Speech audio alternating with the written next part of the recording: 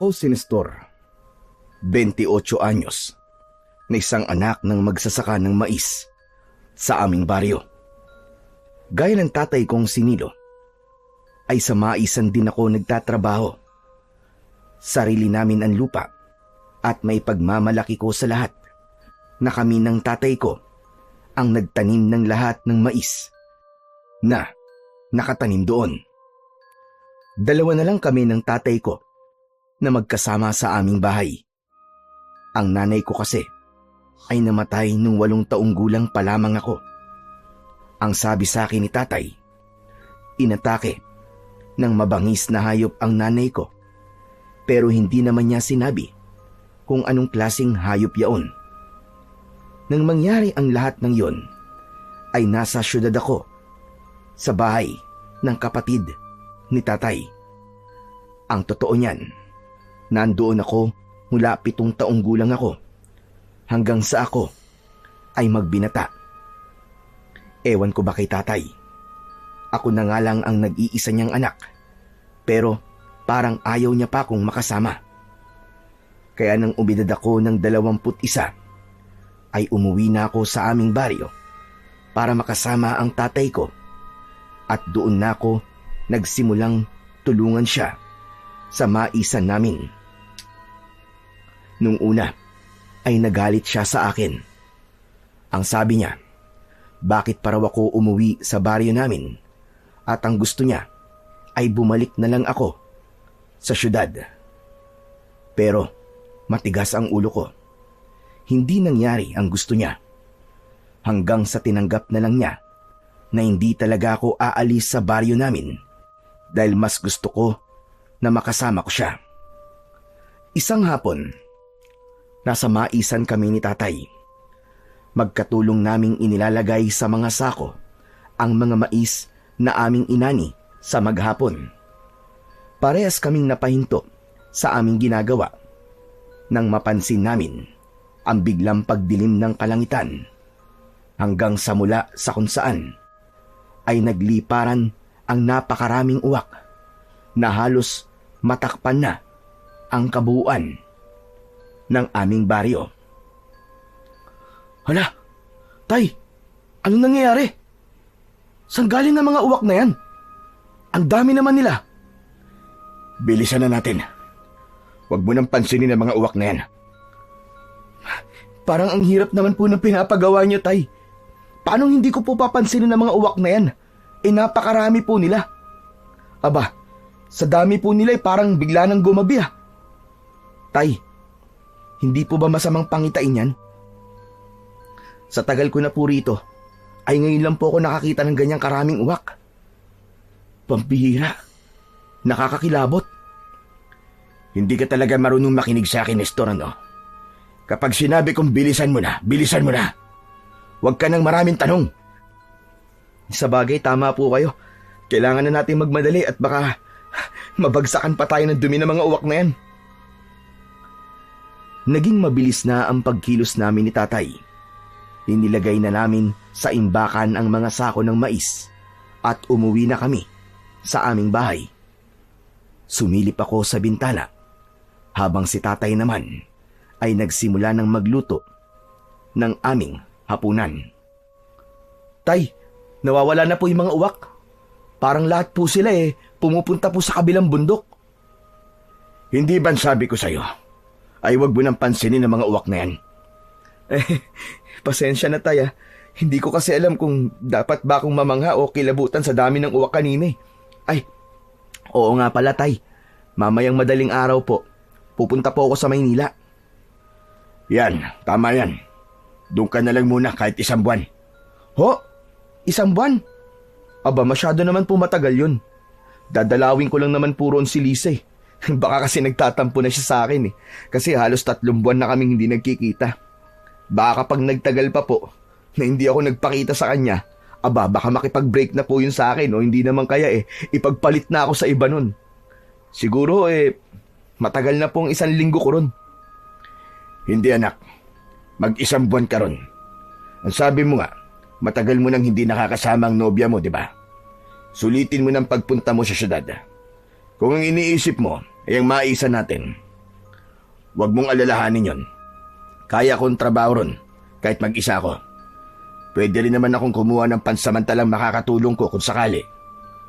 Alam niyo, Tay, minsan iniisip ko kung may nagawa ba akong malaking pagkakamali sa inyo nung bata pa ako eh. Kasi Tay, simula po sa pagkabata ko ayaw niyo ako nandito sa baryo natin Parang ayaw niyo akong makasama. Hindi po ba mas ginusto niyo na doon ako lumaki kay Tito kaysa makasama niyo ako rito? Dahil ayokong lumaki ka sa isang lugar na alam kong wala kang magiging magandang buhay. Maraming oportunidad ang naghihintay sa'yo sa syudad kaysa rito. Hindi ko nga alam kung bakit hindi mo ginagamit ang pinag-aralan mo Sayang lang ang pagkokolehiyo mo. Hindi naman po sayang, Tay. Kasi nagagamit ko po yung agriculture course ko sa taniman natin. Pero Tay, iniisip ko nga baka ampun niyo ako kaya ayaw niyo ako makasama o kaya baka anak ako ni nanay sa ibang lalaki. Sa tingin mo ba nakakatawa yung sinasabi mo? Talagang idinamay mo pa ang nanay mo na nananahimik? Nagbibiro lang naman po ako, Tay. Pwes hindi magandang biro yung sinabi mo. Hindi mo na iginalang ang alaala ng nanay mo, Nestor. Tay, joke lang po yun. Basta. Doon ka na muna sa Maynila ng 1 buwan. Tapos ang usapan. Hindi na ako umapela pa kay Tatay. Dahil alam ko na kahit na anong sabihin ko ay hindi niya ako pakikinggan. Pero dahil matigas ang ulo ko, syempre, hindi ko siya susundin. Gagawin ko pa rin ang gusto ko at babalik din kagad ako kapag nagkita na kami ng nobya kong si Lisa. Bago ako matulog ng gabing yon, ay nag-empake na ako. Hindi ko dinamihan ang mga dala kong damit dahil hindi naman ako matagal na mawawala. Maaga akong natulog at pagsapit ng 3:00 ng madaling araw ay nag-asikaso na ako. Nang oras na yon ay tulog pa si Tatay. Mabilis akong naligo at nagbihis. Bago ko umalis ay pinuntahan ko si Tatay sa kwarto niya. Ginising ko siya para magpaalam. Tay, aalis na po ako O sige, mag-iingat ka. Yun na pag-usapan natin 1 buwan ka munang mananatili sa syudad. Opo. Mag-iingat po kayo dito, Tay Huwag niyo po ako mamimiss Puro ka talaga kalokohan. Sige na, umalis ka na. Baka maiwan ka pa ng bus. Matapos kong magpaalam, ay lumabas na ako ng bahay. Nasa tapat na ng bahay namin ang kinausap kong tricycle driver na siyang maghahatid sa akin sa bus station. Sumakay na ako sa tricycle at makalipas ang halos 1 oras ay nasa bus station na ako. Pagsakay ko ng bus ay napangiti ako dahil sa wakas ay magkikita na ulit kami ni Lisa matapos ang ilang buwan. Pagdating ko sa Maynila ay dumiretso na kagad ako sa apartment ni Lisa. Hindi makapaniwala si Lisa nang pagbukas niya ng pinto ay ako ang makikita niya. Maigpit niya akong niyakap pero nagulat ako nang bigla niya akong itinulak at saka malakas na sinampal. Aray ko naman! Bakit mo naman ako sinampal? Talagang nagtanong ka pa? Matapos mong hindi magpakita sa akin ng 3 buwan? Sa tingin mo ba ay matutuwa ako sa'yo? Sorry na. Nagkaroon kasi ng problema sa taniman namin ng mais Hindi ko pwedeng iwanan si Tatay na mag-isa ron. Saka alam mo namang walang signal sa baryo namin, di ba? Kaya hindi rin kita masabihan kung ano na nangyayari dun sa akin. Totoo ba yung sinasabi mo? Baka naman may ibang babae ka na dun sa baryo nyo, Ano ka ba? Wala. Hindi ko naman sasayangin ng 5 taon na relasyon natin, no? Wala akong ibang ginawa ron kundi ang magtrabaho sa aming maisan. Saka pwede ba? Papasukin mo muna ako. Ay, oo nga pala. Sige, pasok ka. Pagpasok ko sa apartment ni Lisa, ay magkatabi kaming umupo sa sofa. Doon ay nag-usap kami tungkol sa mga nangyari sa amin sa loob ng 3 buwan na hindi kami nagkita. Alam mo, hindi ko na gusto tong setup natin, Nestor. Ilang araw ka lang dito sa Maynila tapos babalik ka na kagad sa inyo. Tapos, ang tagal-tagal mo pa bago ka bumalik dito. Pasensya ka na talaga. Hindi ko kasi pwedeng iwanan si tatay na mag-isa eh. Medyo tumatanda na kasi siya. At gusto ko sana kasama niya ako palagi. Saka alam mo naman ang kwento namin, di ba? Sa pool pagkabata hanggang sa magbinata ako, ay hindi ko siya nakasama. Kaya bumabawi lang ako sa kanya. Naiintindihan naman kita, Nestor eh. Pero paano naman ang time natin dalawa? Ganito na lang ba tayo habang buhay? Palaging magkalayo tapos magkakasama lang ng ilang araw? Ganun ba ang gusto mo? Siyempre hindi. Sa ngayon, ganito tayo. Pero darating din ang panahon na magkakasama na tayo at titira na tayo sa iisang bubong. Pero kailan pa yon, Nestor? Kahit nga sa tatay mo, hindi mo pa ako na ipapakilala eh. Ay nako, nagtatampo na naman ang mahal ko. Hindi ako nagtatampo, Nestor. Sinasabi ko lang ang totoo sa'yo. Ano kaya kung sumama ako sa baryo nyo? Doon na muna ako ng ilang buwan. Para makilala ko rin ang tatay mo, di ba? Ang tagal na ng relasyon natin, pero hanggang ngayon ay hindi mo pa ako na ipapakilala sa kanya. Sigurado ka ba na gusto mong sumama sa akin pabalik sa amin? Oo naman. Bakit ayaw mo ba? Hindi naman sa ganun. Pero paano ang trabaho mo? Hindi ka pwedeng umabsent ng matagal, di ba? Isa pa yan. Dahil wala tayong communication, ay hindi ko masabi sa iyo mga nangyayari sa buhay ko. 1 month nang nakakaraan simula na mag-resign ako sa trabaho. Tapos yung savings ko, ginamit ko sa pag-invest ko sa coffee shop business ni Mariel. Ganun ba? Sorry kung hindi ko yan alam. Pero sigurado ka ba na tamang desisyon yung ginawa mo? Oo naman. Malakas ang coffee shop ng best friend ko na yun, ano? Kaya pwede akong sumama sa'yo sa baryo nyo. Yun ay kung okay lang sa'yo. Ha? Okay, sige, walang problema. Pagbalik ko sa amin, ay isasama na kita para makilala ka na ni tatay. Napakasaya ko sa sinabing yun ni Lisa. Ang totoo kasi ay matagal ko nang gustong makilala ni tatay si Lisa. Sigurado kasi ako na makakasundo ng tatay ko ang girlfriend ko, lalo na't walang arte sa katawan si Liza. 2 araw lang akong nanatili sa Maynila at pagkatapos ay bumiyahe na akong pabalik sa aming baryo. Siyempre, kasama ko na si Lisa na sobrang excited na makilala si tatay. Wala akong kabang nararamdaman ng time na yon, lalo na't alam ko na magugustuhan ni Lisa ang baryo namin. Matapos ang napakahabang biyahe, ay nakarating na kami sa aming destinasyon. Gabi na at napakalakas ng ulan.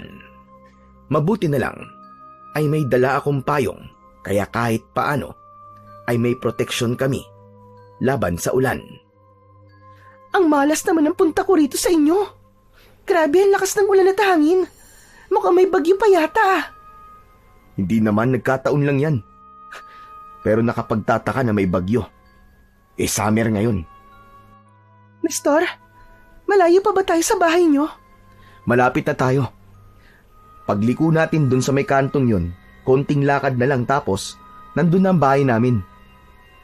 Medyo nagmamadali na kami ni Lisa sa paglalakad. Hindi nagtagal ay nakarating na kami sa bahay namin at agad akong kumatok sa may pinto.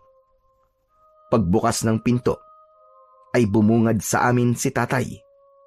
Agad na bumakas ang galit sa mukha niya nang makita niya ako. Nestor, anong ginagawa mo rito? Hindi ba't ang sabi ko sa'yo ay huwag ka munang bumalik dito? Tay, teka. Pwede po bang mamaya niyo na po ako pagalitan? Basang-basa na po kami ng ulan eh. Saka tay, may kasama po ako. Hello po. Magandang gabi po sa inyo. Natigilan si tatay nang makita niya si Lisa. Tuluyan niya nang binuksan ang pinto at pinapasok na niya kami. Sinabi ko kay Lisa na mauna na siyang maligo at magpalit ng damit. Itinuro ko sa kanya kung nasaan ang banyo. Nang nasa loob na si Lisa ng banyo, ay hinarap ako ni tatay. Alam kong galit siya dahil nakakunot ang kanyang noo. Ikaw napakatigas talaga ng ulo mo, Nestor. Hindi ka ba talaga marunong makinig sa akin? Ang sabi ko sa'yo, 1 buwan ka muna sa Maynila. Napakatagal ba para sa'yo ng 1 buwan, ha? Tay, huwag niyo naman po lakasan ang boses niyo. Baka mamaya marinig po kayo ni Lisa, nakakahiya. Baka isipin niya na hindi siya welcome dito sa bahay natin. Pasensya na po. Kung hindi ko po kayo sinunod, tay. Tapos nagsama ka pa rito ng ibang tao. Pambihira ka talaga, oo. Tay, si Lisa po yun. Girlfriend ko po siya. Nag-request po siya sa akin na gusto niya po kayong makilala at siya po mismo nagsabi na gusto niyang sumama sa akin dito. Aba, syempre, pinagbigyan ko po siya. Sana nakinig ka na lang sa akin. Hindi yung kung anong gusto mo. Yun ang ginagawa mo. Tay, ano po ba kasing totoong dahilan kung bakit ayaw niyo muna akong umuwi dito sa atin? Parang may hindi po kayo sinasabi sa akin eh. Bigla na lang po kayo nagkaganyan nung nakakita tayo na napakaraming uwak noong nakaraang araw. Hindi mo na kailangan malaman ang dahilan. Oh, di nahuli ko rin po kayo sa sarili niyong bibig. Meron po talagang dahilan. Ano po ba yun, tay? Bakit hindi niyo na lang po sabihin sa akin? Para maintindihan ko po kayo. Huwag ka na magtanong. Para rin sa'yo itong ginagawa ko. Kaya bukas ng umaga, kapag humupa ng bagyo, ay umalis na kayo ng nobya mo. Nagkakaintindihan ba tayo? Hindi na ako binigyan ni tatay ng pagkakataon na makasagot. Tumalikod na siya at pumasok sa kanyang kwarto. Naiwan akong naguguluhan at nag-iisip sa sala. Gusto ko pa sana siyang sundan, pero isinarado niya na ang pinto ng kwarto niya at narinig ko ang paglak nun mula sa loob. Hindi ko na alam kung gaano na ako katagal na nakatulala at nakatayo. Napapitlag na lang ako nang lumabas na sa banyo si Lisa at lumapit siya sa akin. Oh, ano nangyari sa'yo? Bakit parang nakakita ka yata ng multo? Ha? Wala. Ako naman ang maliligo. Doon nga pala ang kwarto ko. Doon tayo matutulog. Ang tatay mo? Ay, ang ibig ko sabihin si Tito Nolan pala. Nasaan siya? Nasa kwarto niya na. Inaantok na raw siya. Bukas ko na lang kayo ipapakilala ng formal sa isa't isa. Sige na, pumunta ka na sa kwarto. Doon mo na lang ako hintayin. O sige, bilisan mo ha. Hinintay ko munang makapasok si Lisa sa kwarto ko bago ako nagpunta sa banyo para maligo. At habang naliligo ako, inisip ko na ang gagawin ko kung paano ko sasabihin kay Lisa na gusto ng tatay ko na umalis na kagad kami bukas ng umaga. Binilisan ko ang pagligo ko dahil alam kong mainipin si Lisa. Pagpasok ko sa kwarto ay naabutan ko siyang nakahiga habang may binabasang aklat. Nang sandaling yun ay patuloy pa rin ang napakasungit na panahon. Saktong pagsasarado ko ng pinto ay biglang namatay ang ilaw. Naku po, Diyos ko! Nag-brown out pa. Ano ba yan? Hindi ko pa nga na-charge ang cellphone ko eh. Hayaan mo na. Wala rin namang silbi ang cellphone dito kasi walang signal. Tumabi na ako kay Lisa at niyakap ko siya. Itinulak naman niya ako palayo sa kanya. Ano ba? Huwag mo nga akong yakapin. Bakit? Mabango naman ako bagong paligo ako. Huwag mo namang sabihin na naiinitan ka. Ang lamig-lamig. Kapag ganitong panahon, mas masarap na may kayakap habang natutulog. Kilala kita, Nestor. Alam kong hindi lang yakap ang gagawin mo sa akin. Baka kung saan pa yan mapunta. Ang KJ mo naman. Ang tagal na nga nating hindi nagkikita tapos hindi mo pa ako pagbibigyan. Ay nako, kilabutan ka nga, Nestor. Ipapaalala ko lang ha, na nasa kabilang kwarto lang ang tatay mo. Oo na. Hindi na nga kita pipilitin eh. Nestor, maiba ako. Parang narinig ko kayo nag-uusap ni Tito Nilo kanina habang naliligo ko. Parang galit si Tito. Anong pinag-usapan niyo? Ikaw ha? May pagkatsismosa ka rin pala ha? Seryoso ko, ano ba? Sagutin mo na lang ang tanong ko. Ito naman di na mabiro. Pero mabuti at naitanong mo na rin yan. Ang sabi kasi ni tatay ay umalis na tayo bukas ng umaga. Pasensya ka na, pero ang gusto kasi ni tatay ay 1 buwan daw ako sa Maynila eh. Ayokong pagbigyan siya kasi ayokong mag-isa siya rito ng matagal. Ano? Kung aalis tayo bukas, paano? Ang lakas-lakas pa ng bagyo. Kapag lang naman humina na ang bagyo. Pero huwag kang mag-alala. Kakausapin ko si tatay bukas para makumbinsi ko siya na huwag muna tayong umalis. Ibig bang sabihin, ayaw niyang nandito ako, ganun ba? Hindi ba niya ako gusto para sa'yo? Kahit hindi pa niya ako nakikilala? Hindi, ikaw naman. Bago kasi ako umalis dito para puntahan ka, ay sinabi na ni tatay sa akin na 1 buwan muna ako sa Maynila. Hindi ko siya sinunod, kaya nagalit siya. Kasalanan mo naman pala eh. Dapat, nagstay ka muna sa apartment ko ng 1 buwan. Tapos, saka tayo pumunta rito sa inyo. Hindi ba ayokong matagal na mag-isa si tatay dito sa bahay? Saka paniguradong mahihirapan niyo sa taniman namin ng mais kapag wala siyang katulong. Ewan ko ba? Pakiramdam ko eh, may malalim na dahilan kung bakit ayaw akong pauwiin ni tatay dito eh. Ano naman ang dahilan na yun? Hindi ko pa alam, pero sisiguraduhin ko na malalaman ko rin yun. O paano? Matulog na tayo. Alam kong gaya ko ay pagod ka rin sa haba ng biyahe natin. O sige, bukas na lang ulit tayo mag-usap. Tumalikod na si Lisa sa akin, habang ako naman ay nakatingin sa kisame. Hindi ko magawang makatulog ng gabing yon dahil iniisip ko pa rin kung ano ba talaga ang dahilan kung bakit ayaw ni tatay na bumalik ako agad sa aming baryo. Umasa na lang ako na malalaman ko rin ang kasagutan sa tanong ko na yon sa lalong madaling panahon. Kinabukasan ay nagising ako sa amoy ng sinangag na niluluto sa kusina. Nang sandaling yon ay wala na ang bagyo. Pagharap ko sa kaliwa ko ay wala na sa tabi ko si Lisa. Bumangon na ako at lumabas ng kwarto. Napangiti ako nang makita ko sina Lisa at tatay na magkatulong na nagluluto sa kusina. Nang dahil sa pagiging abala nila, ay hindi nila ako napansin. Tito Nilo, pakitingin naman po kung tama po ang pagkakahiwa ko rito sa mga kamatis. Patingin nga.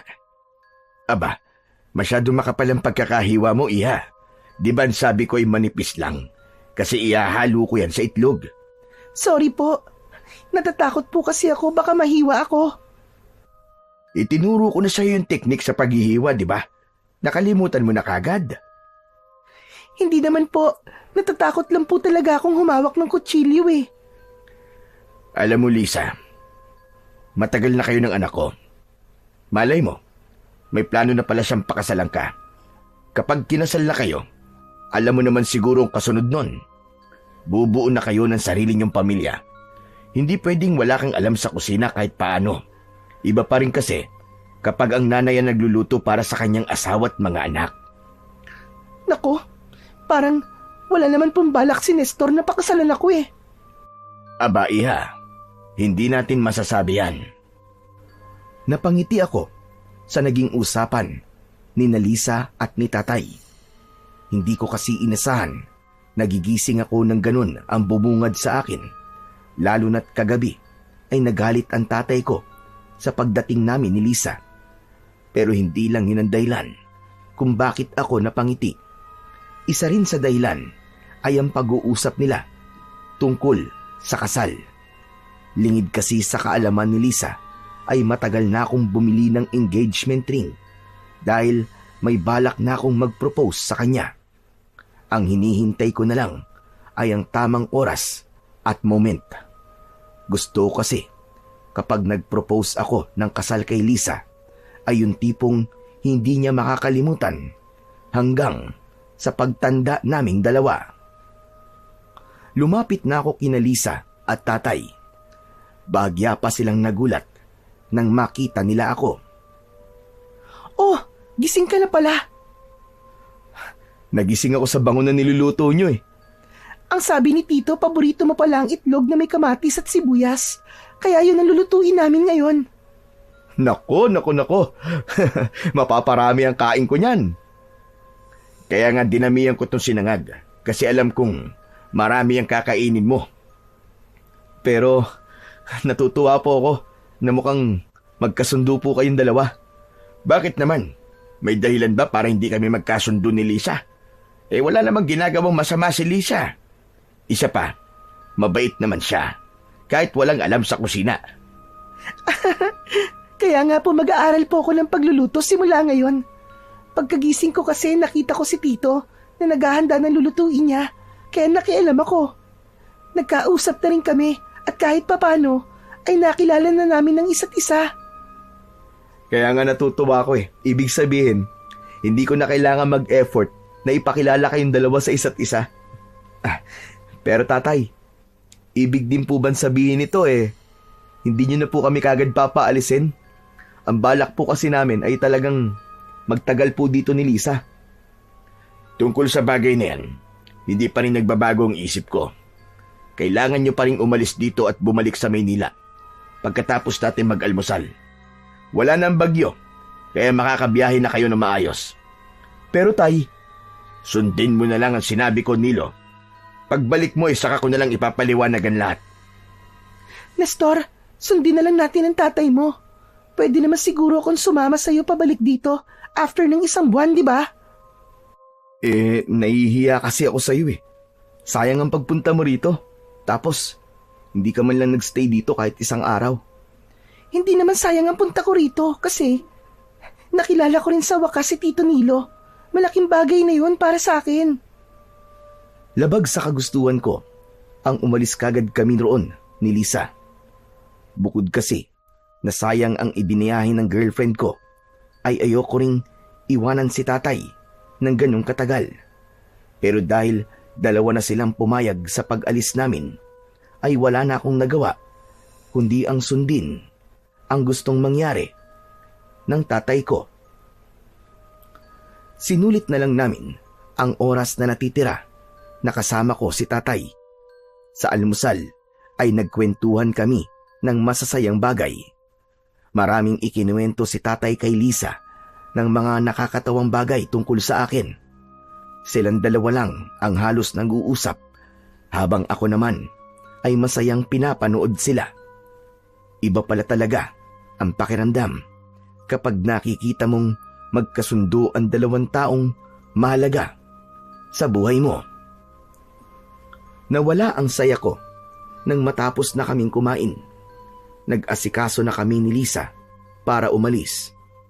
Hindi nagtagal ay handa na kami para sa aming pag-alis. Inihatid kami ni tatay sa labas ng aming bahay. Talaga bang hindi na po magbabago ang isip niyo, tay? Talagang gusto niyo po bang umalis na kami ngayon? Ano ka ba, Nestor? Nakapag-empake na tayo. Saka, babalik din naman tayo dito pagkatapos ng 1 buwan, di ba? Basta, mag-iingat kayong 2 ha. Ikaw rin, tay. Lalo na po't wala kayong kasama rito sa bahay. Sa gitna ng aming pag-uusap, ay isang may edad na lalaki ang dumating. Matangkad siya na may medyo malaking pangangatawan. Meron siyang makapal na bigote. Siya, si Kapitan Romano. Matagal na siyang namumuno sa aming baryo. Aba, Nestor, sino yung kasama mo napakagandang babae? Ngayon ko lang yata siya nakita rito. Girlfriend ko po si Lisa. Lisa, siya naman si Kapitan Romano. Siya ang kapitan dito sa baryo namin. Napakabait niyan, saka sobrang maaasahan. Nakakahiya naman. Talaga ng bola ka pa. Magandang umaga po sa inyo, Kapitan. Magandang umaga rin naman sa'yo. Oh, paano? Paalis na ba kayong 2? Opo. Mukhang hindi kayo makakaalis ngayon. Nasira yung tulay palabas ng baryo natin. Matatagalan pa bago yun maayos. Isa pa, napakataas ng tubig ngayon sa ilog at napakalakas ng agos. Hindi nyo magagawang tawirin yun. Hindi pwede. Kailangan na nilang umalis ngayon. Ang totoo niyan, ay marami rin sana ang aalis ngayon. Pero hindi na nila magawa dahil wala na sila madadaanan palabas ng baryo.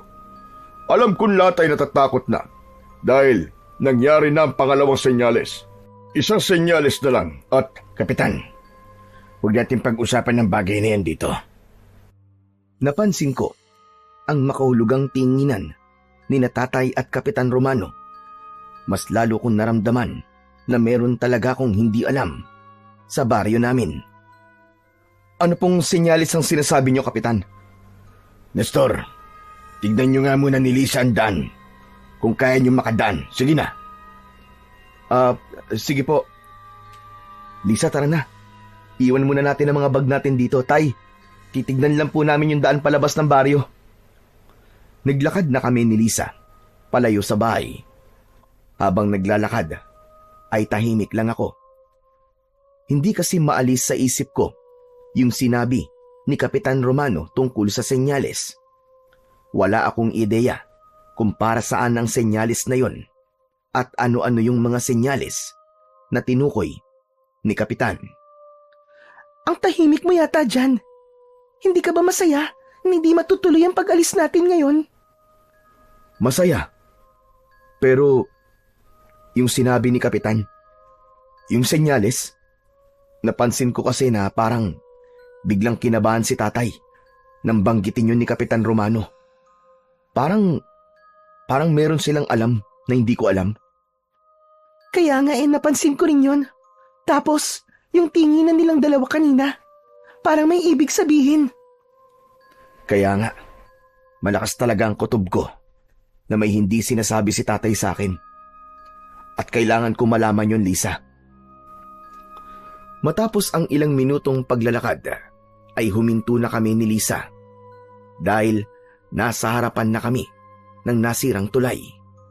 Napakalakas talaga ng agos ng ilog at doon namin nalaman na nagsasabi ng totoo si Kapitan Romano. Hindi na kami nagtagal doon at bumalik na kami sa bahay. Naabutan namin na magkausap pa rin sina Tatay at si Kapitan. Totoo po ang sinabi ni Kapitan, Tay. Nasira nga po yung tulay at sa lakas po ng agos ng tubig sa ilog, imposible po talaga na makatawid kami ron, Tay. Kung ganon, ay wala na tayong magagawa. Kundi manatili kayo rito. Makakasali pala kayo sa pista natin dito bukas ng gabi. Po? Hindi po ba katatapos lang nating mag-celebrate ng piyesta nung nakaraang buwan? Panibagong pista to, Nestor. Siguro ang tatay mo na lang ang magpapaliwanag sa'yo. O siya paano, kailangan ko nang umalis. Magbabahay-bahay pa kasi ako para sabihan ng ibang tao na hindi pa alam ang mangyayaring pagdiriwang natin bukas ng gabi.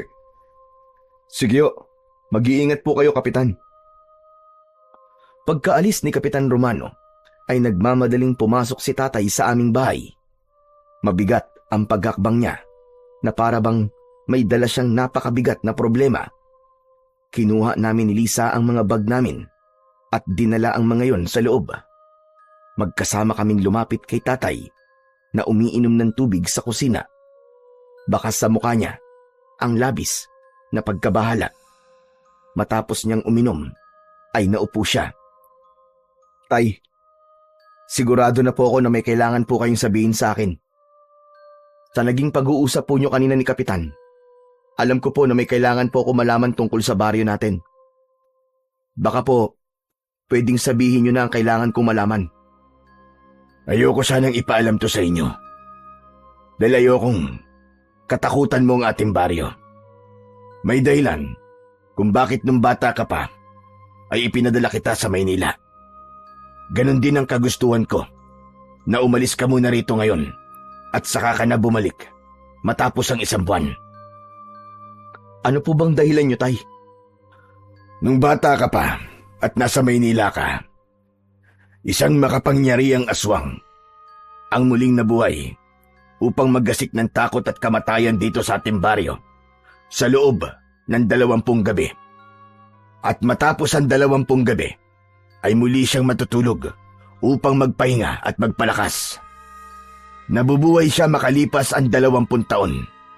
At ngayong taon ay ang ika-20 taon matapos ang huli niyang pag-atake. Ang nanay mo, pinatay siya ng aswang na yon. Ano? Pero ang sabi niyo, Tay, mabangis na hayop ang pumatay kay nanay, di ba? Nagsinungaling lang ako sa iyo, anak. Ang makapangyarihang aswang na yon ay isang hanagob, isang uri ng aswang na bunga ng bihirang pagsasama ng 2 magkaibang uri ng aswang. Ang bangkilan at gabunan. Ang pagsasanib puwersa ng dugo ng 2 aswang na yon ay bihirang mangyari at nagdudulot ng pagkapanganak ng isang hanagob. Kaya ang gusto ko ay wala ka rito sa tuwing mabubuhay ang hanagob dahil gusto kong masiguro ang kaligtasan mo. Hindi ko po inaasahan na ganyang bagay pala ang hindi niyo sinasabi sa akin, Tay. Yung mga senyales, ano po ang kaugnayan nun sa pagkabuhay po ng hanagob? Meron 3 senyales kapag malapit nang mabuhay muli ang hanagob. Una, ang pagtakip ng mga uwak sa kalangitan na nangyari na. Ang pangalawa ay isang malakas na bagyo na maaaring maging dahilan para walang tao ang makakaalis sa ating baryo. Nangyari na rin po ang bagyo, Tay. At ano naman po ang pangatlong senyales? Ang pangatlong senyales ay ang biglaang pagkatuyo ng mga pananim. Kapag nangyari na ang huling senyales, ibig sabihin ay magsisimula ng umatake ang hanagob. Pero Tay, kung may mangyayaring hindi maganda rito sa baryo natin, bakit ngayon pa naisipan ni Kapitan na magsagawa ng pagdiriwang ng isang panibagong piyesta? Parang hindi naman yata tama na magsaya mga tao sa ganitong sitwasyon. Hindi ba ang kailangan nating gawin ay mag-isip ng paraan kung paano papatayin ng hanagob na yun? Yan din ang sinabi ko kay Kapitan, anak, habang magkausap kami kanina. Isa kasi ako sa nangunguna sa pakikipaglaban sa hanagob, kaya hindi ako maaaring umalis dito. Ang sabi ni Kapitan, isang matandang babae na babaylan ang nakausap niya mula sa isang malayong baryo. Ayon daw sa babaylan na yon, ay kailangan magkaroon ng selebrasyon para sa hanagob upang hindi na ito pumatay o hindi naman kaya ay mabawasan ng araw na atake yon sa ating baryo. Sigurado ba siya, Tay, na epektibo ang paraang yun? Nararamdaman ko na malaki ang paniniwala niya sa paraang yon, pero duda ako sa mga sinabi niya. Nabubuhay ang hanagob para pumatay at kumain ng tao dahil yun ang paraan niya para lumakas siya. Kaya sa tingin ko, walang pagdiriwang ang makakapigil sa kanya. Nahulog ako sa malalim na pag-iisip matapos ang lahat ng nalaman ko tungkol sa aming baryo. Hindi ko akalain na may ganun palang kakilakilabot na kwento ang lugar namin. Nang sandaling yon ay naunawaan ko na kung bakit gusto kong paalisin ni Tatay. Hindi yun dahil sa ayaw niya kong makasama, kundi upang iligtas ako sa posibleng hindi magandang mangyari sa akin. Pero napagtanto ko rin na mas kailangan akong manatili sa baryo namin upang tulungan si Tatay sa kakaharapin itong laban sa mga susunod na gabi. Dahil sa sira na ang daan palabas ng aming baryo, ay hindi na kami nakaalis ni Lisa sa lugar na yon. Pagsapit ng hapon, ay hindi ko nakita si Lisa sa loob ng bahay. Lumabas ako at nakita ko siya na mag-isang nakatayo sa labas. Nakatanaw siya sa kawalan at mukhang malalim ang iniisip. Lumapit ako sa kanya at nagulat siya nang bigla akong sumulpot sa likod niya. Nakakagulat ka naman. Akala ko kung sino na. Ang lalim kasi ng iniisip mo eh. Kaya hindi mo na namalayan ang paglapit ko. Iniisip mo ba yung mga sinabi ni Tatay kanina tungkol sa hanagob? Totoo ba talaga yung mga sinabi ni Tito Nilo? May aswang ba talagang mabubuhay dito at papatay ng mga tao sa loob ng 20 days? Kilala ko ang tatay ko, Lisa. Hindi yun sinungaling na tao. Kaya kung ano man ang sinabi niya sa atin kanina ay naniniwala ako. Isa pa, mas mabuti nang maniwala tayo kaysa hindi. Paano? Kung totoo pala yung hanagob, di ba? Mas maganda na maniwala tayo para mapaghandaan natin kung ano ang mga posibleng mangyari. Nestor, natatakot ako. Paano kung mabuhay na ang hanagob na yon? Paano kung isa tayo sa maging biktima niya? Ayoko pang mamatay, Nestor. Marami pa akong pangarap sa buhay. Huwag kang mag-alala, Lisa. Nandito ako. Sa tingin mo ba, hahayaan ko may mangyaring masama sa'yo? Siyempre gagawin ko ang lahat para protektahan ka. Kahit pa ibuwis ko ang buhay ko. Huwag naman sanang umabot pa sa ganun. Ayoko namang mamatay ka pa. Nang dahil lang sa akin. Ganun kita kamahal, Lisa. Gagawin ko ang lahat para sa'yo. Ang corny mo. Kasing corny mo ang mga mais nyo. Sa gitna ng pag-uusap namin ni Lisa, ay nakita namin si Kapitan Romano. May kasama siyang matandang babae na kilalang mahusay na manggagamot sa aming baryo. Siya, si Aling Emma. Huminto silang dalawa sa harapan namin ni Lisa. O ano, Nestor? Nasabi na ba sa'yo ni Nilo ang mga dapat mong malaman? Opo. Sinabi niya na po sa akin kanina. Nakakagulat po na may ganung nangyayari dito sa baryo natin. Pero bakit po ba nagkaroon ng ganung klaseng aswang dito sa atin, Kapitan? Matagal nang nabubuhay para pumatay ang hanagob na yon, Nestor. Ang sabi-sabi noong unang panahon ay tinalo na ng mga unang tao dito sa ating baryo ang hanagob. Pero sumumpa ang hanagob na magbabalik siya. Marahil may kakayahan siya sa paggamit ng itim na kapangyarihan. Kaya nagkatotoo ang sumpang yun. Natakot nga po kami ni Lisa nang malaman namin kay tatay ang tungkol dun sa hanagob. Pero Kapitan, ano po palang plano nyo? Meron po ba tayong grupo ng mga kalalakihan na makikipaglaban po sa hanagob? Meron naman. At isa ang tatay mo sa kasapi sa grupong yun.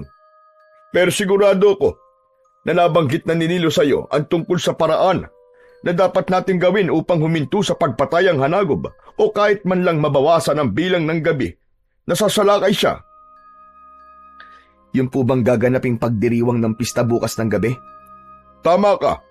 Yun nga ang paraan na aking tinutukoy. Isang matandang babaylan kasing nakapagsabi sa akin na imbis na katakutan ay dapat nating ipakita sa hanagob na siya ay ating sinasamba nang sa gayon isipin niya na siya ang ating Diyos at tayo ay kanyang tagasunod. Kung ganun ang mangyayari, hindi na tayo papatayin ng hanagob at baka sa ibang baryo na siya umatake. Pero Kapitan, hindi po ba masamang sumamba sa isang kampo ng kadiliman? Isa pa sa tingin ko ay hindi yan ang totoong solusyon, lalo na't papatay pa rin ng hanagob na yun . Hindi nga rito sa baryo natin pero sa ibang lugar naman. Pero hindi na siya papatay ng tao dito sa baryo natin. Yun naman ang importante. Ang maging ligtas tayong lahat sa lugar na ito. Yung sa ibang lugar, abay bahala sila doon. Kapitan, baka naman pwede niyo munang pag-isipan ng paraan na yan. Hindi kasi maganda ang pakiramdam ko pagdating sa bagay na yan . Bago mo pa sabihin yan, ay ginawa ko na yan, Nestor. Makailang beses ko nang pinag-isipan ng bagay na yon. Oo nga pala. Kailangan ko nang umalis. Sinundo ko kasi itong si Aling Emma sa bahay niya dahil sumasakit ang likod ko. Kailangan ko ng maayos na hilot. Nalipat ang tingin ko kay Aling Emma at doon ko napansin na titig siya kay Lisa. Si Lisa naman ay hindi makatingin ng diretso kay Aling Emma dahil mukha siyang nakakatakot. Aling Emma, may problema po ba? Imbis na sagutin ang tanong ko, ay hinawakan ni Aling Emma ang kamay ni Lisa na para bang pinupulsuhan nito yun. Binabati kita. Lalaki ang anak mo. Po? Ano pong sinasabi nyo? Igatad mo ang sarili mo, Ineng. Aling Emma, tara na. Huwag mo nang gambalain pa sina Nestor. Nestor, mauna na kami. Sige po. Mag-iingat po kayo, Kapitan. Nang nakaalis na sina Kapitan Romano at Aling Emma, ay may takot sa mga mata na tumingin si Lisa sa akin. Nestor, anong ibig sabihin ni Aling Emma na lalaki ang anak ko? Aba, malay ko. Baka naman nahulaan niya na lalaki ang magiging unang anak natin. Ano kaya kung simulan na natin gumawa ngayong gabi? Tamang-tama kasi nasa maisan si tatay. Tayo lang nga nandito sa bahay. Tumigil ka nga. Puro ka talaga kalokohan eh. Pero nakakatakot naman si Aling Emma. Hindi niya pa kasi ako tinitignan habang magkausap kayo ni Kapitan. Huwag mo nalang pansinin si Aling Emma. Matanda na kasi yun eh. Kaya kung ano-ano nang sinasabi niya, ang gawin natin ay magkulong na lang tayo sa kwarto. Tumigil ka, Nestor. Hindi ka makakaisa sa akin ngayon. Ang mabuti pa ay tulungan mo na lang si Tito Nilo sa maisan. Pabiro akong inirapan ni Lisa at saka siya pumasok sa bahay. Habang ako naman ay napailing na lang at nagdesisyon akong puntahan si tatay sa maisan upang tulungan siya sa mga gawain doon. Kinabukasan ng umaga, pagkagising ko ay tulog pa rin si Lisa sa tabi ko. Bumangon ako at si tatay ang agad na hinanap ko pero hindi ko siya nakita sa aming bahay. Nakabukas ang pinto ng kwarto niya kaya nalaman kong wala siya roon. Lumabas ako mula sa pinto sa likod ng bahay at nagimbal ako sa aking nakita. Tuyong-tuyo ang taniman namin ng mais na parabang isang buwan na nagkaroon ng matinding tagtuyot. Nasa bukana ng taniman ng mais si tatay. Nakatayo siya roon at hindi gumagalaw. Nagmamadali akong lumapit sa kanya. Tay, ano po nangyari sa maisan natin? Bakit namatay lahat ng tanim natin? Hindi ba kahapon maayos pa ang mga yan? Nangyari ng pangatlong senyales, anak. Natuyo na ang mga pananim sa baryo natin. Mabubuhay na ang hanagob. Kailangan na nating maganda. Hindi tayo pwedeng magsayang ng oras dahil maaaring mamayang gabi ay umpisahan niya na ang kanyang pagsalakay. Kung ganun tayo, anong gagawin natin? Samahan mo kung pumutol ng mga kawayan.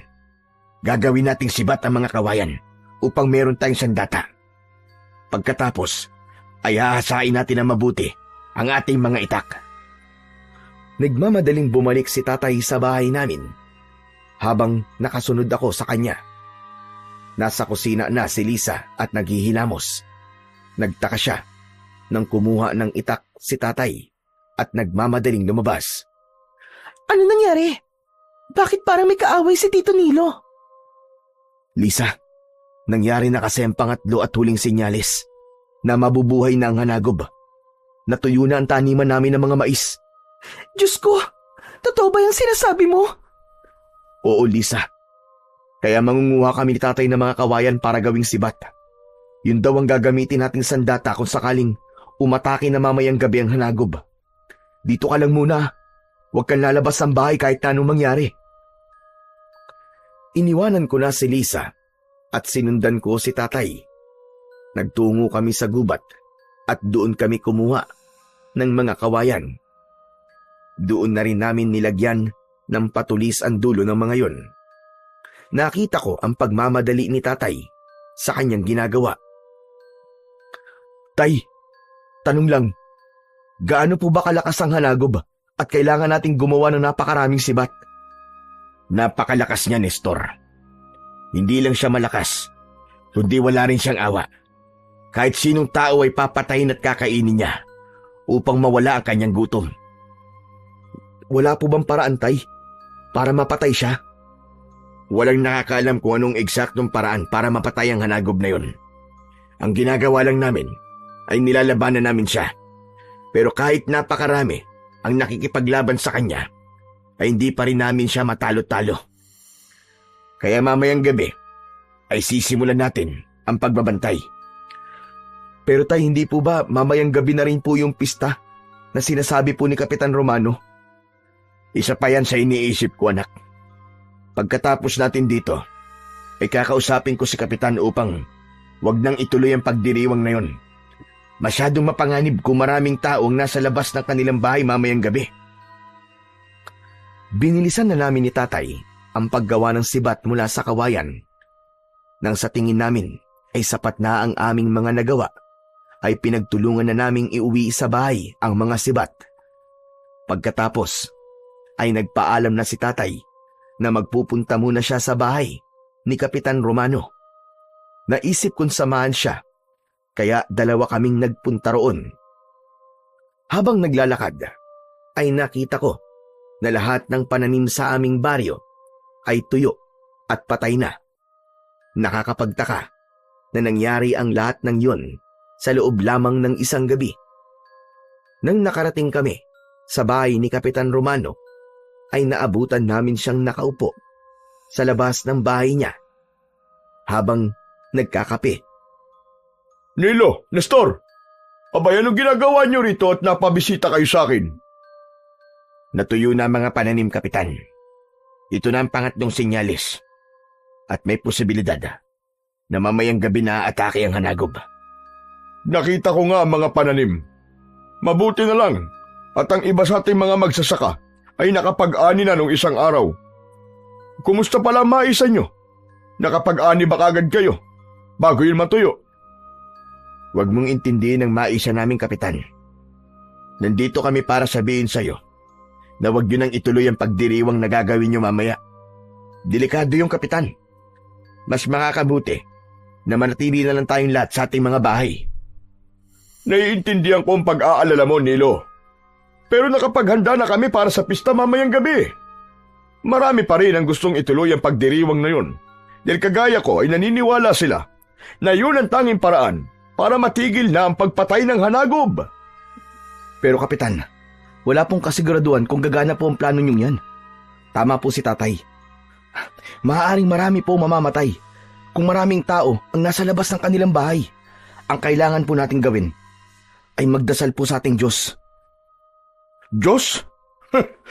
Ilang taon na ba kaming nagdadasal sa Diyos? Pero wala siyang ginagawa para matapos na ang impyerno sa baryo natin. Kaya tayo na lang ang dapat na gumawa ng paraan para sa ating kaligtasan. Sandali, huwag niyong sabihin na hindi kayo sasali sa kapistahan mamayang gabi. Nestor, isama mo si Lisa. Kailangan nandun siya mamayang gabi. Pasensya na po, pero hindi po kami sasama sa inyo. Nakakalungkot naman. Hindi pala namin kayo kaisa. Kung ganun ay makakaalis na kayo. Dahil kahit na anong sabihin nyo, ay itutuloy pa rin namin ang kapistahan mamayang gabi. Huwag kayong mag-alala. Kung di umubra ang gagawin namin mamayang gabi, ay may isa pang paraan. Ano pong paraan yun? Sa ngayon, ay ako lang muna ang dapat makaalam nun. Pero darating din ang takdang panahon na malalaman nyo rin. Makahulugang ngumiti si Kapitan Romano na nagbigay ng kilabot sa akin. Bigo kami ni tatay na kumbinsihin si Kapitan na wag nang ituloy ang pagdiriwang na gagawin ng mga ito mamayang gabi. At dahil alam namin ni tatay na hindi namin mapipilit si Kapitan sa gusto namin, ay umuwi na kami sa bahay namin. Pag-uwi namin ni tatay, ay nagluluto na ng almusal si Lisa. Naupo kami ni tatay sa kusina at parehas na malungkot ang aming mga muka. Kumusta ang pakikipag-usap niyo kay Kapitan? Cancelled na ba yung sinasabi niyang pagdiriwang mamayang gabi? Hindi. Itutuloy pa rin nilang pagdiriwang para sa hanagob mamayang gabi. Naniniwala talaga si Kapitan na yun ang paraan para hindi na umatake ang hanagob dito sa baryo namin. Wala na tayong magagawa tungkol sa bagay na yan. Kung marami naniniwala kay Kapitan, ay walang mangyayari kung sasabihin natin sa kanila na manatili na lang sila sa bahay nila. Ang magagawa na lang natin ay siguraduhin ligtas tayo mamaya sa unang gabi ng pag-atake ng hanagob. Napuno ng takot at pangamba ang bawat oras na lumilipas. Kung pwede ko lang napigilan ang pagsapit ng dilim, ay ginawa ko na. Hindi ako mapakali dahil yun ang unang gabi na maaari kong makita ang hanagob. Pagsapit ng gabi ay mas lalong tumindi ang takot ko. Palagi akong nasa tabi ni Lisa dahil alam ko na sa aming tatlo ay siya ang pinaka natatakot. Habang nasa loob kami ng bahay ay nakarinig kami ng mga taong sumisigaw at tila umaalulong sa labas. Ang akala namin ay umaatake na ang hanagob, kaya binuksan namin ang bintana upang sumilip. Nagimbal kami nang makita namin ang mga taong nagpuprosesyon. Ginawa nilang maskara ang ulo ng mga hayop, gaya ng baboy, kalabaw at baka. Nakasabit sa kanilang mga katawan ang bituka ng mga hayop na yon. Umakto sila na parabang mababangis na hayop. May dala silang mga sulo na may apoy. Nasa unahan nila si Kapitan Romano na may hawak pang pugot na ulo ng kalabaw. Anong ginagawa nila? Mukhang ganyang pagdiriwang pala ang gagawin nila. Ano? Pagdiriwang ba yan? Bakit para silang isang grupo ng kulto na sumasamba sa demonyo? Bakit kailangan nilang pumatay ng mga hayop? Siguro, ay dahil ganyan ang sinabi ng matandang babaylan kay Kapitan Romano. Pambihira. Nakakakilabot ang ginagawa nilang yan. Hindi nagtagal ay napahinto ang lahat nang may narinig kaming napakalakas na sigaw na parabang nanggagaling sa kailaliman ng lupa. Humangin ng malakas at nang tumingala kami ay nakita namin ang isang nilalang na lumilipad sa tapat ng buwan. Para yung isang tao na may napakalaking pakpak. Nagpapaikot-ikot yun sa ere na parabang naghihintay ng tamang pagkakataon para umatake. Tay, ano po yung lumilipad na yun? Yun na ang hanagob, anak. Nabuhay na siya.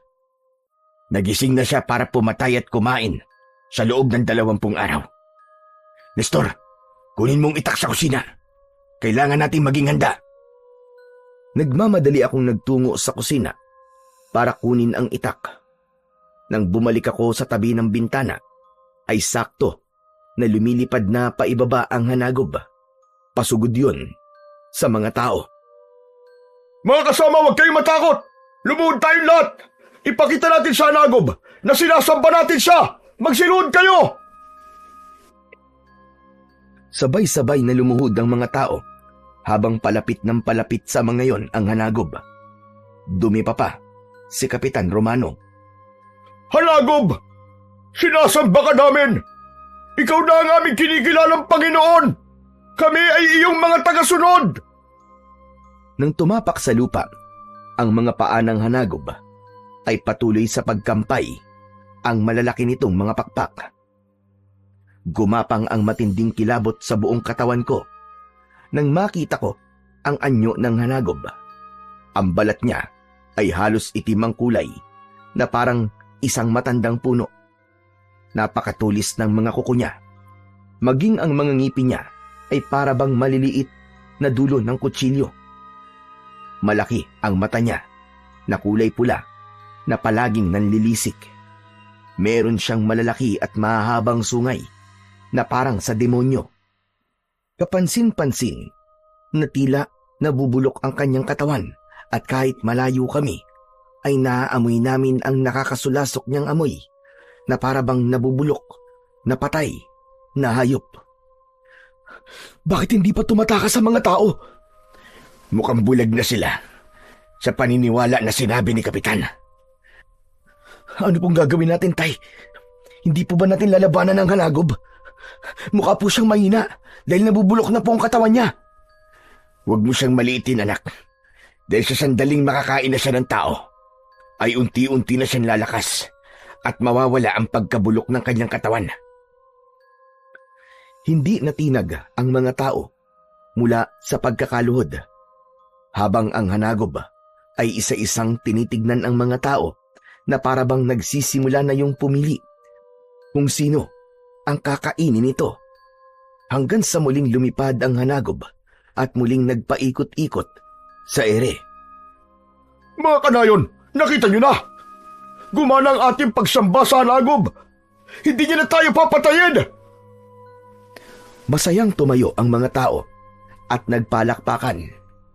Pero sa gitna ng kanilang kasiyahan ay mabilis na bumulusok paibaba ang hanagob. Dinagit nito ang isang lalaki at habang nasa ere ay sinakmal nito yun sa leeg. Kinagat ng buo ng hanagob ang ulo ng lalaki at nang ibagsak nito ang katawan ng lalaki ay wala na yung ulo. Nagsigawan at nagkagulo ang mga taong nakakita. Nagtakbuhan ng mga yon sa iba't ibang direksyon. Muling umatake ang hanagob at isa-isa nung pinatay ang bawat taong mahuhuli niya. Walang awa nitong pinatay at kinain ang mga tao. Kailangan kong tumulong sa mga tao sa labas, anak. Pero akala ko bubatay. Dito lang tayo sa loob ng bahay. Hindi ako sinagot ni tatay. Lumabas siya, nadala ang kanyang itak. Kitang-kita ko kung paano hinarap ni tatay ang hanagob. Lisa, dito ka lang ha. Hindi ko pwedeng hayaan si tatay na mag-isa. Ano? Anong gagawin mo? Basta dito ka lang at kahit anong mangyari, wag na wag kang lalabas. Mabilis akong lumabas. Kinuha ko ang isang sibat at tumakbo ako palapit kay tatay. Walang pagdadalawang isip na pinuntirya ko ang mata ng hanagob. Matagumpay kong naitarak ang sibat sa kaliwang mata ng hanagob. Habang si tatay naman ay paulit-ulit na tinaga ang kaliwang braso ng hanagob hanggang sa naputol yun. Umalingaw-ngaw ang nakakakilabot na sigaw ng hanagob. Bigla yung lumipad paitaas at mabilis na lumayo hanggang sa tuluyan na yung nawala sa aming paningin. Naiwan sa paligid namin ang mga pinatay ng hanagob. Wala na siya, tay. Natalo na po ba natin siya? Hindi pa, anak. Sigurado ako, nababalik pa siya. Anong ginawa niyo dalawa? Bakit niyo sinaktan ang hanagob? Ano po bang dapat naming gawin, Kapitan? Lumuhod at sambahin ang hanagob habang isa-isa niyang pinapatay ang mga tao rito? Hindi kayo nag-iisip na dahil sa ginawa niyo ay mas lalong magagalit sa atin ang hanagob. Hindi ba sabi ko ay kailangan nating sambahin ang hanagob? Hindi mo ba nakita ang ginawa niya, Kapitan? Kahit sinamban niyo na siya, pumatay pa rin siya ng mga tao. Ibig sabihin, ay hindi epektibo ang paraan na sinasabi mo. Kahit anong pagsamba, Kapitan, ang gawin niyo sa hanagob ay hindi nun magagawang alisin kung ano talaga siya at kung bakit siya nabubuhay. Nabubuhay ang halimaw na yun para pumatay at kumain ng tao. Biglang umurong ang dila ni Kapitan Romano sa sinabing yun ni tatay. Matalim ang mga matang nakatingin siya sa amin. Tignan mo nga ang paligid mo, Kapitan. Hindi mo ba nakikita ang mga taong pinatay ng hanagob? Hindi pa ba sapat para sa iyo ang mga yan? Para tanggapin mo na ang tanging paraan upang matigil ang pagpatay ng hanagob ay ang patayin siya. Sinubukan na natin patayin noon ang hanagob, pero palagi tayo bigo. Pero nagkakabali kayo. Kung hindi gumana ang pagsamba sa kanya, ay meron pang isang paraan. At ano ang paraan na yan? Kailangan natin mag-alay sa hanagob. Ang sabi sa akin ng matandang babaylan, kung hindi gumana ang pagsamba sa hanagob, ay dapat na mag-alay tayo sa kanya. Ayoko sanang gawin ang pag-aalay, kaya sinubukan ko muna na sambahin siya. Pero dahil hindi umubra ang pagsamba sa hanagob, ay kailangan ko na subukan ang pag-aalay. Ano namang kailangan yung ialay sa hanagob? Isang sanggol. Sanggol na nasa sinapupunan pa ng kanyang ina. Nababaliw ka na, Romano. Isipin mo nga mabuti ang mga gusto mong gawin. Sa gagawin mong yan, hindi lang ang sanggol ang papatayin mo, kundi maging ang babaeng nagdadala sa sanggol na yon. Wala akong pakialam. Bilang kapitan ng baryong ito, ang kaligtasan ng mas nakararami ang prioridad ko. Ano naman, kung pumatay ako ng isa o dalawang buhay, kung ang kapalit naman nun ay ang buhay ng mas marami. Parehas kaming nagimbal ni tatay sa mga salitang lumabas sa bibig ni Kapitan Romano. Nakakatakot siyang tignan dahil nanlalaki ng sobra ang mga mata niya na para bang wala na siya sa kanyang katinuan. Tumalikod na si Kapitan at naglakad palayo. Pumasok na kami ni Tatay sa bahay at doon ay sinalubong kami ng nag-aalalang si Lisa. Diyos ko, mabuti naman at ligtas kayong dalawa. Akala ko kung ano na ang mangyayari sa inyo. Mabuti na lang. At nasaktan namin yung hanagob. Kaya umalis na siya. Pero hindi pa tayo ligtas, Nestor. Unang gabi pa lamang ito. At sa mga susunod na gabi, ay muli siyang babalik. Isa pang ikinakabahala ko ay si Kapitan Romano. Pakiramdam ko, ay wala na siya sa kanyang katinuan.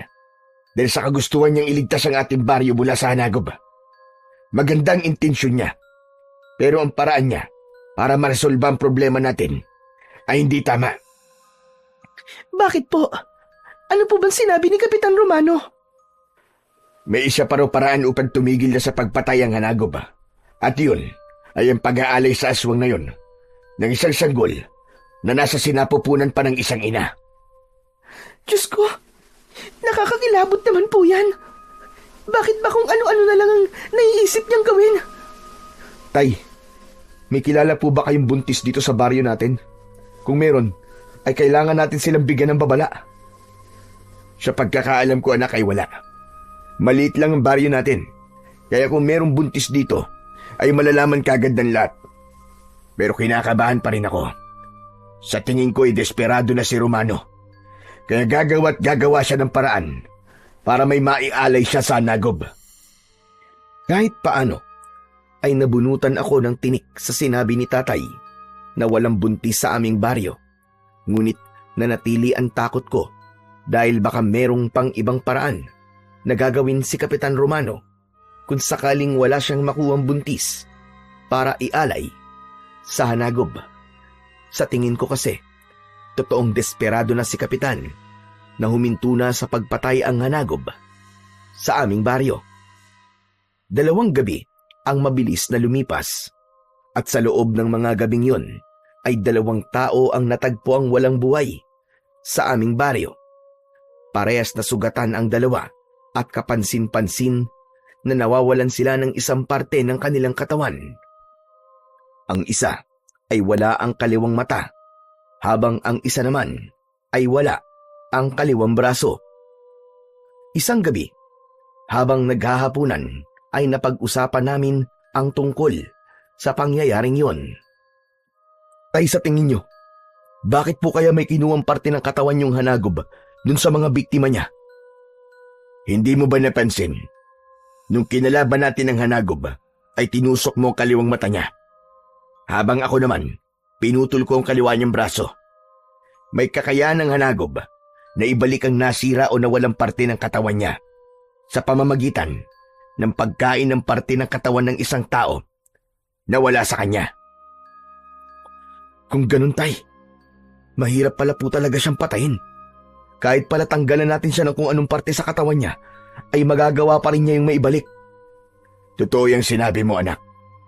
Pero bukod sa hanagob, ay meron pa akong isang pinoproblema. Ano po yun, Tay? Nang dahil sa pagkatuyo ng ating maisan, ay wala na tayong pinagkukunan ng pera.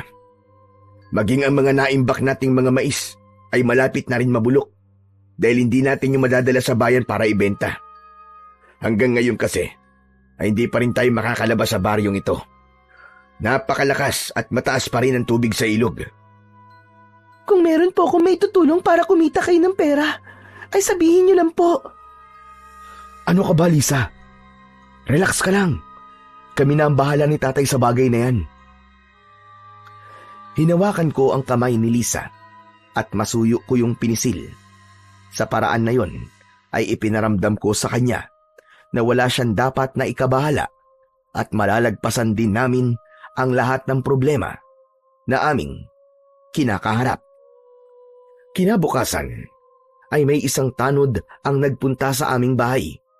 Sinabi ng tanod na kailangan naming magpunta sa plaza dahil may magaganap na pagpupulong doon na pangungunahan ni Kapitan Romano. Hindi raw maaaring hindi pumunta dahil importante ang pag-uusapan doon. Natuwa ako sa bagay na yon dahil naisip ko na mukhang may iba ng plano na naisip ang aming kapitan para patayin ang naturang Hanagob. Umasa ako na napagtanto na ng aming kapitan na mali ang mag-alay ng isang sanggol sa Hanagob dahil kahit nasa sinapupunan pa yon ng kanyang ina, ay buhay na rin yun. Kasama kong nagpunta sa plaza, sina tatay at ang nobya kong si Lisa. Pagdating namin doon, ay marami na ang mga taong nasa harapan ng maliit na entablado na gawa sa kahoy at tabla. Maya-maya pa ay umakyat na si Kapitan Romano sa entablado. Napakunot noo ako dahil meron siyang dalang isang kahon na hindi namin alam kung ano ang laman. Alam ko na hindi naging maganda ang gabi nyo dahil sa pag-atake ng Hanagob. Pero hayaan nyo akong batiin kayo ng isang magandang gabi. Batid kong lahat tayo ay natatakot. Lahat tayo ay nag-iisip ng paraan upang makaligtas sa pag-atake ng Hanagob. Kaya naman, naisip ko na magsagawa ng isang aktibidad na magiging daan upang kahit paano ay makalimutan natin ang problemang kinakaharap natin ngayon. Anak ng Tokwa, ano bang sinasabi ni Kapitan? Ang akala ko naman may sasabihin siya tungkol sa kung paano natin lalabanan ng Hanagob. Kaya niya tayo pinatawag. Makinig na lang muna tayo sa sasabihin niya, anak. Hintayin muna natin siyang matapos sa kanyang pagsasalita. Ngayong umaga ay magsasagawa tayo ng parapol. Lahat ng pangalan ng nakatira rito sa ating baryo ay nakasulat sa maliit na papel at nakalagay sa kahon na hawak ko. May isang mananalo sa inyo ng 5,000 piso. Malaking halaga na yon, di ba? Nagbulungan ang mga tao. Nakita ko na natuwa sila sa sinabi ni Kapitan Romano. Pero ako ay hindi nasiyahan sa bagay na yon. Hindi kasi angkop na magkaroon ng ganong kasiyahan habang may kinakaharap na malaking problema ang aming baryo. Nakangiting inalog ni Kapitan Romano ang kahon. Maya-maya pa ay binuksan niya yon at kumuha siya ng isang nakatuping papel. Lahat ng tao ay nakangiti at halatang umaasa na ang pangalan nila ang babanggitin ni Kapitan Romano. Ang maswerteng pangalan na nabunot ko, mga kanayon, ay walang iba kundi si Lisa. Ha? Ako ba yun? Teka, may iba ba bang Lisa dito? Walang umakyat sa entablado, kaya napagtanto naming si Lisa nga talaga ang nabunot. Ikaw nga yatang nabunot, Lisa. Aba, 5,000 din yun. Kaya nga po, tamang-tama po sa napag-usapan natin na kailangan po natin ng pera. Teka, sandali lang po ah. Kukunin ko na po kay Kapitan ang premyo. Hindi ko alam, pero sa kabila ng pagkapanalo ni Lisa, ay may kaba akong naramdaman. Pipigilan ko sana siya sa paglapit kay Kapitan Romano, pero mabilis na siyang nakaalis sa tabi ko. Nakangiting umakyat sa entablado si Lisa at tumayo siya sa tabi ni Kapitan. Binabati kita, Lisa. Biruin mo nga naman. Isang dayo pa ang nanalo sa akin simpleng parapol. Naku, maraming salamat po. Swerte po talaga ako sa mga raffle kaya hindi na po ako nagulat. Kapag may Christmas party po doon sa dati kong pinagtatrabahuhan, ay palaging ako po ang nabubunot. Maswerte ka palang talaga. Kung ganun, ay magtungo ka sa bahay mamayang hapon upang kunin ang premyo mo. Ha? Bakit? Hindi niyo ba po ngayon ibigay sa akin ang pera? Pasensya ka na. Hindi ko kasi nadala rito ang pera. Ang bahay ko ay ang nag-iisang bahay sa dulong bahagi nitong baryo namin. Madali mo lang naman makikita yon. Hihintayin kita ron, Lisa. Binabati kita sa pagkapanalo mo. Nakita kong magsasalita pa sana si Lisa, pero tinapos na ni Kapitan Romano ang pagpupulong. Pinauwi na niya ang mga tao at sinundo ko na si Lisa sa entablado. at naglakad na kami pauwi ng bahay. Lisa, mamaya sasamahan kita sa bahay ni Kapitan sa pagkuha ng premyo mo. Sige. Nakakatuwa naman, no? Nagkaroon pa tayo ng 5,000 piso nang walang kahirap-hirap. Parang sinagot kagad ng Diyos ang problema natin. Hindi ko na sinabi kay Lisa na may hindi ako magandang nararamdaman sa pagkapanalo niyang yun sa parapol ni Kapitan Romano dahil ayokong masira ang kasiyahang nararamdaman niya ng sandaling yon. Nanahimik na lang ako hanggang sa makarating na kami sa aming bahay. Matapos naming kumain ng pananghalian, ay naging abala na kami ni tatay sa pagpili sa mga mais na nasa aming imbakan. Inihiwalay namin yung mga hindi na mapapakinabangan sa mga pwede pa naming kainin. Dahil doon ay nawala na sa isip ko na sasamahan ko si Lisa sa bahay ni Kapitan Romano para kunin ang premyo niya. Nang natapos na kami ni tatay sa aming ginagawa, ay bumalik na kami ni tatay sa bahay. Nagtaka ako dahil wala roon si Lisa. Ganun pa man, hindi ako masyadong nag-isip ng kung ano-ano dahil baka lumabas lang siya at naglakad-lakad. Pero nang sumapit na ang 5:00 ng hapon, ay doon na ako nag-alala kasi hindi pa rin bumabalik si Lisa. Nagdesisyon na kami ni tatay na hanapin si Lisa at nagsimula kaming magtanong-tanong sa mga kapitbahay namin. Ngunit sa kasamaang palad, walang nakakita kay Lisa. Saan kaya nagpunta si Lisa? Bakit kasi hindi siya nagpaalam sa atin kung saan siya pupunta Maliit lang tong baryo natin at hindi rin siya makakalis dito dahil sa ilog. Sigurado ako na nandito lang siya. Sana nga tay. Kanina pa kasi ako kinakabahan Sandali. Hindi ba dapat isasamahan mo siya kanina papunta sa bahay ni Kapitan Romano? Hindi kaya naroon siya? Oo nga pala Tara na po kina Kapitan Tay. Bilisan po natin at malapit na pong dumilim. Malalaki ang hakbang na tinungo namin ni tatay ang bahay ni Kapitan Romano. Nakasarado ang pinto ng bahay niya. Kaya naman kumatok kami. Hindi nagtagal ay pinagbuksan kami ni Kapitan. Magandang hapon po, Kapitan Romano. Oh, ano ginagawa niyo rito? Kung naparito kayo, para kausapin ako sa sinabi kong paraan para tumigil na sa pag-atake ang hanagop, ay huwag na kayo mag-alala dahil hindi ko nagagawin yun. Napagtanto ko na maling pumatay ako ng inosenteng sagol para lang sa kagustuhan kong iligtas ang ating baryo. Masaya po kaming marinig yang Kapitan.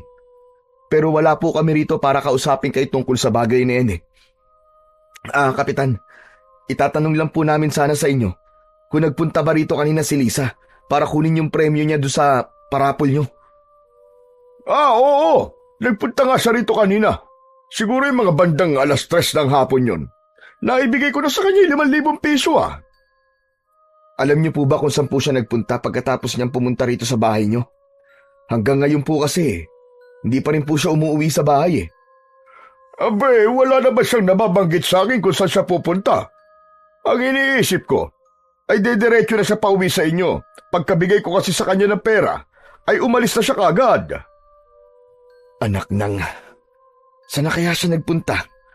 Malapit ng dumilim Baka abutan siya ng gabi sa labas. Baka naman naglakad-lakad lang siya. Baka naman nagpapalipas ng inip. Iba po kasi ang pakiramdam ko Kinakabahan po ako. Kapitan, pwede niyo po bang sabihan ng mga tanod niyo na hanapin si Lisa? Ay, sige, walang problema. Huwag kayong mag-alala dahil sisiguraduhin kong makakauwi si Lisa sa inyo bago tuluyang gumabi. Maraming salamat po. Tay, tara na.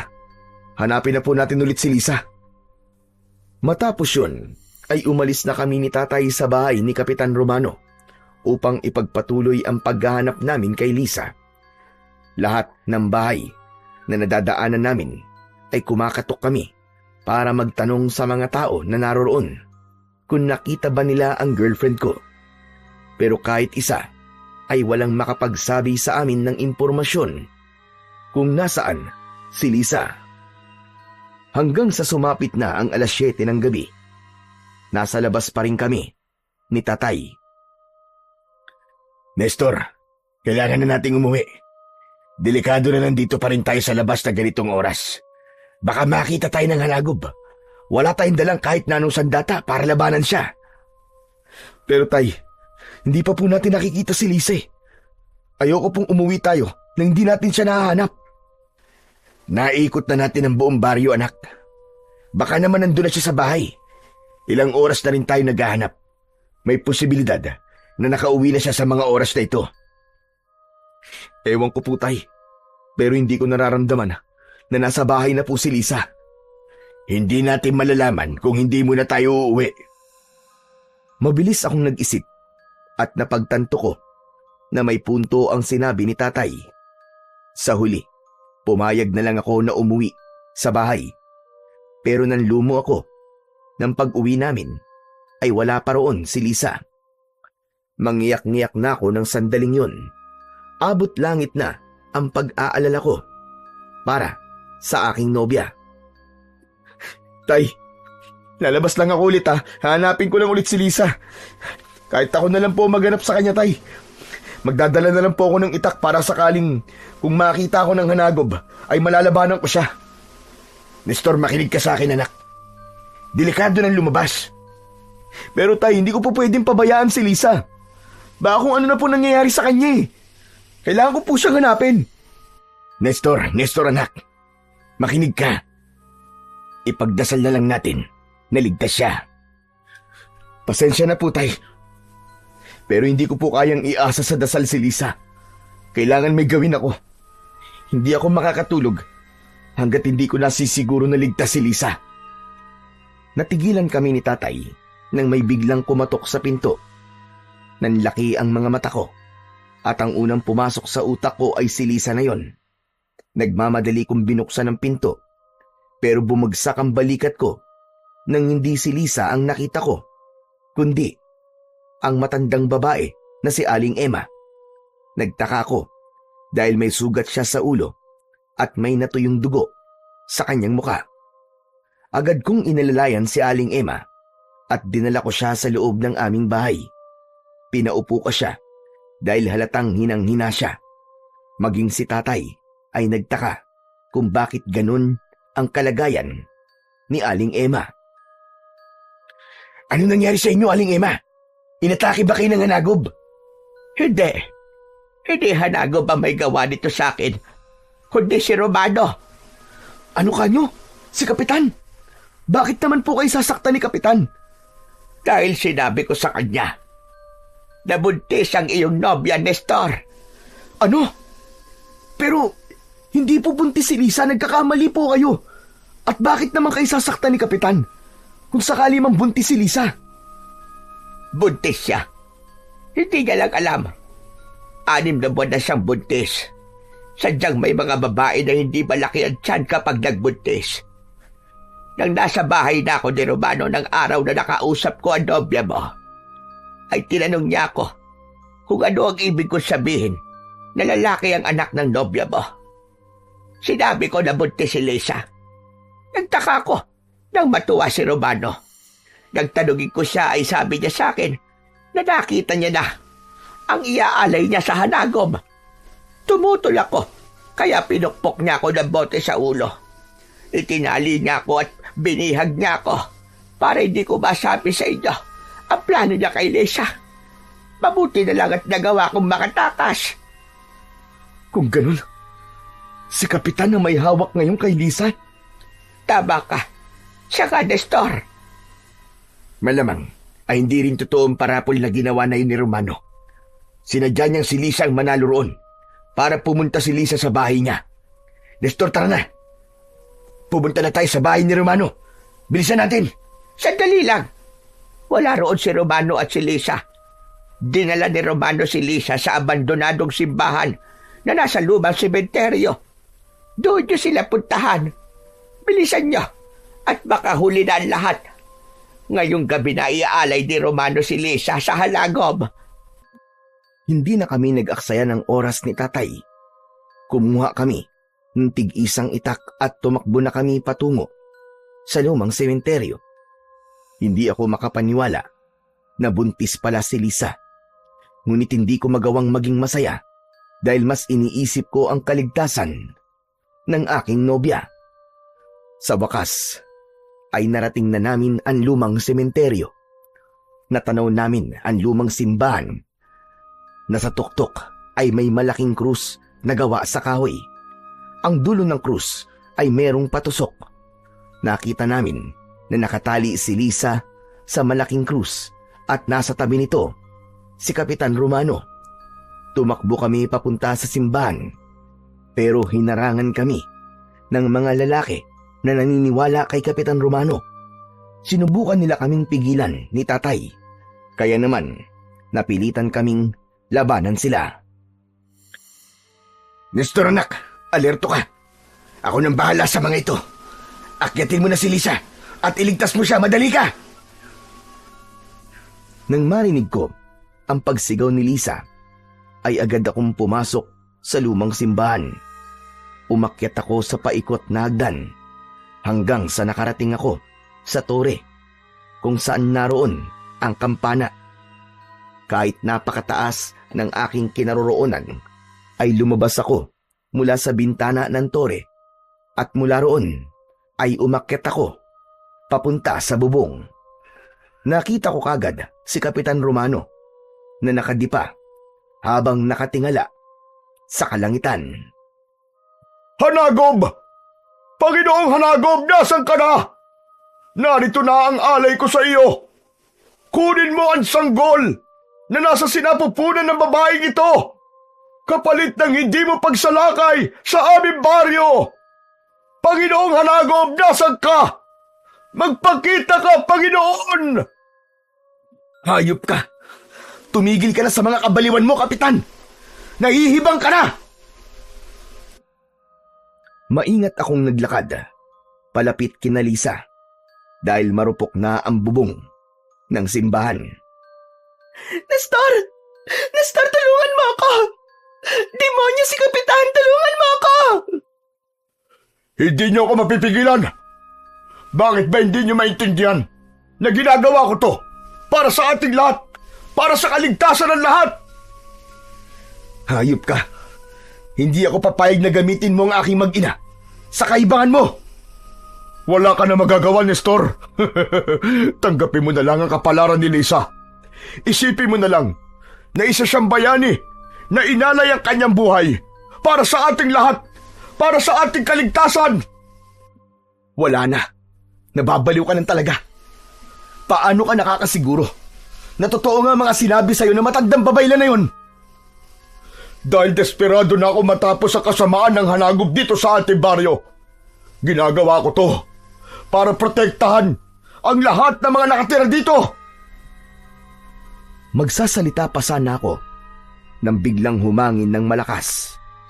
Sinabayan yon ng nakakatakot na sigaw ng Hanagob. Tumingala ako sa kalangitan at kinilabutan ako ng gusto nang makita ko ang Hanagob na lumilipad sa itaas ng krus kung saan nakatali si Lisa. Nandiyan na siya. Nandiyan na ang Panginoon ko. Hindi niyo na ako kayang pigilan. Panginoong Hanagob, kunin mo na ang babaeng ito at ang sanggol niya. Ito ang alay ng baryong ito. Para sa iyo. Kunin mo na siya. Nanlaki ang mga mata ko nang bumulusok na paibaba ang Hanagob. Sa kabila ng posibilidad na bumigay ang bubong, ay mabilis pa rin akong tumakbo upang iligtas si Lisa. Haharangan sana ako ni Kapitan Romano, pero iniumang ko sa kanya ang itak. Napaatras siya at sa hindi sinasadyang pangyayari ay nahulog siya mula sa bubong ng simbahan. Malakas na bumagsak ang katawan niya sa lupa na agad niyang ikinamatay. Nestor! Nestor, tulungan mo ako! Ayoko pang mamatay! Tulungan mo ako dito! Hindi muna ako nagsalita. Itinuon ko ang aking atensyon sa pagtatanggal ng pagkakatali kay Lisa hanggang sa naramdaman ko ang presensya ng hanagob na papalapit sa amin. Mabilis akong humarap at sakto ng ilang dipa na lamang ang layo ng hanagob sa amin.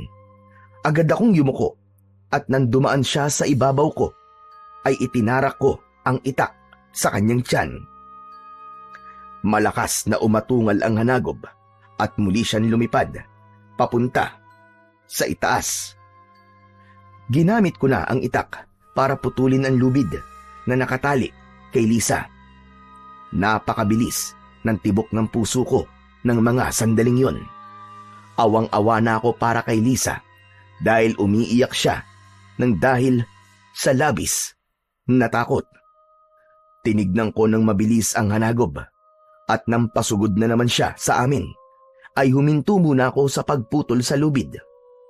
Matatag akong tumayo upang salubungin ang hanagob. Isinentabi ko muna ang takot na nararamdaman ko dahil alam kong walang maidudulot na maganda kung hahayaan kong maghari ang takot sa akin. Nang malapit na ang hanagob sa akin, ay pinuntiriya ko ang kanyang mata. Nagtagumpay naman ako sa pagtusok sa kaliwang mata ng hanagob. Pumailan lang sa paligid ang kalunos-lunos na sigaw ng halimaw. Tumayo ang hanagob sa harapan ko. Hindi ko ipinakita sa kanya na natatakot ako. Sige, lumapit kang demonyo ka. Hindi ako natatakot sa'yo. Lapit! Lumapit ka! Nestor! Mag-iingat ka! Nang aatakihin ako ng hanagob, ay binutas ko ang pakpak niya gamit ang itak at saka ko siya malakas na itinulak. Nahulog mula sa bubong ang hanagob dahil hindi na siya makalipad. Pinilit pa niyang lumipad pero dahil sa malaking butas sa pakpak niya, ay dire-diretso siyang bumagsak. Malakas na bumagsak ang hanagob kung saan bumagsak si Kapitan Romano. Tinignan ko ang hanagob at kahit paano ay nakahinga ako ng maluwag dahil hindi na siya gumagalaw. Inakala ko na patay na siya ng sandaling yon. Muli kong nilapitan si Lisa at nagmamadali ko ng pinutol ang lubid na nakatali sa kanya gamit ang aking itak. Nang tuluyang ko na siyang napakawalan, ay agad ko siyang niyakap. Iyak pa rin siya ng iyak. Nestor, maraming salamat. Akala ko katapusan ko na. Salamat talaga sa'yo. Tana, tapos na Lisa. Ligtas ka na. Sa tingin ko, ay patay na ang hanagob. Nestor, yung hanagob. Yung hanagob, boy pa siya. Mabilis akong sumilip sa ibaba at nagimbal ako nang malaman ko na gumagalaw pa ang hanagob. Napatingin ako sa malaking krus. Isang ideya ang naisip kong gawin. Lisa, tulungan mo akong itulak ang krus. Dali, itulak natin pababa. Bakit? Para saan? Basta, gawin mo na lang ang sinabi ko. Matapos yun, ay pinagtulungan namin ni Lisa na itulak ang napakalaking krus. Dahil sa luma na ang simbahan na yon, ay hindi kami nahirapang gawin yon dahil medyo may karupukan na nga ang krus na yon. Naraglag ang malaking krus at eksaktong tumusok sa dibdib ng hanagob ang matulis na dulo nun na parabang may gumabay sa krus. Hanggang sa mula sa kung saan ay dumating ang napakaraming mga uwak. Pinagkaguluhan ng mga uwak ang hanagob at nang muling lumipad sa impapawid ang mga uwak, ay wala na ang hanagob. Para bang kinuha ng mga uwak na yon ang hanagob at dinala sa kung saan. Nestor, tapos na ba? Patay na ba yung hanagob? Sabihin mo sa akin, Nestor. Tapos na ba? Sa tingin ko, wala na siya, Lisa. Nagtagumpay tayo, Lisa. Ligtas na kayo ng anak natin. Mabuti naman. Salamat sa Diyos. At salamat sa iyo, mahal ko. Oo nga pala. Sorry. Kung hindi ko alam na buntis ako. Normal lang kasi sa akin na minsan ay matagal akong walang buwan ng dalaw. Hindi rin naman kasi lumalaki ang tiyan ko eh. Kaya wala talaga akong kaalam-alam na buntis ako. Nestor, baka isipin mo, hindi ko sinasabi sa'yo na buntis ako ha. Lisa, ano ka ba? Huwag kang mag-alala. Hindi ko iniisip ang alinman sa mga yan. Naipaliwanag na sa akin ni Aling Emma na may mga babae talaga na hindi nila alam na buntis sila. Mabuti naman. Pero Nestor, hindi ka ba nagagalit sa akin? Kasi hinayaan kong mabuntis mo ko. Ha? Bakit naman ako magagalit sa'yo? Eh tayong dalawa naman ang gumawa niyan, di ba? Ginusto natin yun pareho. Saka, napakasaya ko nga eh. Kasi, magkakaroon na tayo ng anak. Magiging tatay na ako. Ikaw ba? Masaya ka rin ba kagaya ko? Oo naman, Nestor. Abot langit ang kasiyahan ko. Kasi, kahit hindi pa tayo kasal, ay alam kong nabuo ang batang ito nang dahil sa pagmamahalan nating dalawa. Mahal na mahal kita, Nestor. Kayo ng anak ko, ang buhay ko. Nang nabanggit ni Lisa ang salitang kasal, ay napangiti ako. Lumuhod ako sa kanyang harapan at pasimple kong kinuha sa bulsa ng aking pantalon ang engagement ring na palagi kong daladala. Diretso kong tinignan si Lisa sa kanyang mga mata. Hoy, Nestor, anong gagawin mo? Bakit ka nakaluhod? Tumayo ka nga dyan, ano ka ba? Baka mahulog ka pa dyan eh. Nestor, ano ba? Lisa, ang totoo, matagal ko nang binili ang singsing na to. Palagi ko itong dala para sa magandang pagkakataon na tanungin ka ng isang napaka-importanting katanungan. Lisa, mahal ko, handa ka bang pakasalan ako at makasama ako habang buhay? Para ka namang sira. Oo naman. Ang tagal ko na kayang hinihintay na mag-propose ka sa akin. Kinuha ko ang isang kamay ni Lisa at isinuot ko sa daliri niya ang singsing. Matapos yun ay tumayo ako at mahigpit kaming nagyakap.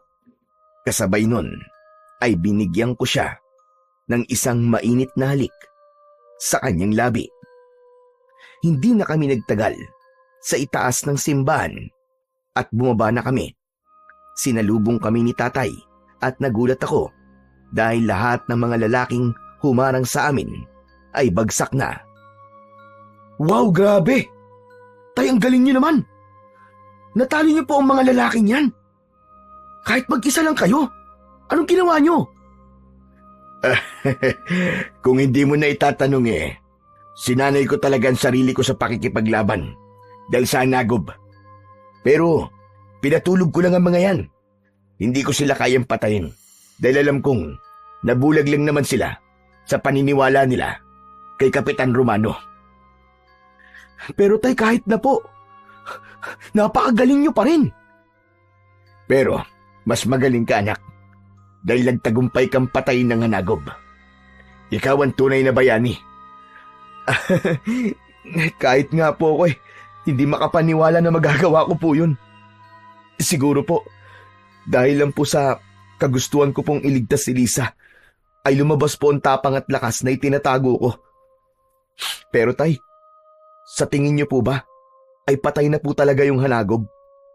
Kinuha po kasi ng mga uwak yung katawan niya matapos siyang matusok ng malaking krus eh. Alam mo, anak, sa totoo lang ay hindi ko rin alam. Pero ito ang unang beses na may nakagawang patayin ng hanagob. Umasa na lang tayo na sa susunod na mga gabi o makalipas ang 20 taon ay hindi na siya muling mabubuhay at muling mamiminsala sa ating baryo. Sana naman po ay hindi na mabuhay ang hanagob. Pero nakakalungkot po, nawala na po si Kapitan Romano. Kahit mali po ang mga ginawa niya, ay alam kong nagawa niya lang ang mga yon dahil sa kagustuhan niyang iligtas ang ating baryo. Wala na tayong magagawa sa pagkamatay niya. Nakatakda na yung mangyari. Ang mabuti pa ay bumalik na tayo sa ating baryo. Sabihin natin sa mga tao ang nangyari dito dahil paniguradong matutuwa sila. Halina kayo, bilisan natin. Gaya ng sinabi ni tatay, ay natuwa ang mga tao sa baryo nang malaman nilang napatay na namin ang hanagob na matagal nang namiminsala sa aming baryo. Para silang nabunutan ng tinik matapos ang mga gabing puno ng takot at pangamba na siguro namin napatay na talaga ang hanagob dahil sa mga sumunod na gabi ay hindi na siya umatake pa.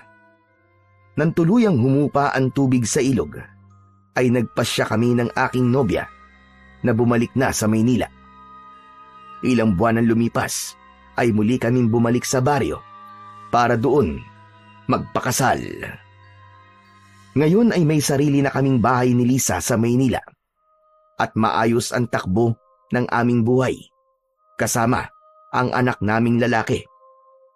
Paminsan-minsan ay bumibisita kami kay tatay sa baryo upang kumustahin siya at tulungan siya sa aming maisan. Sa totoo lang, hindi ko alam kung muling mabubuhay ba ang hanagob pagkalipas ng 20 taon. Pero kung mangyari man yun, ay handa ako na muli siyang harapin ng walang pag-aalinlangan upang tuluyang makamit na ng aming baryo ang tunay na kapayapaan.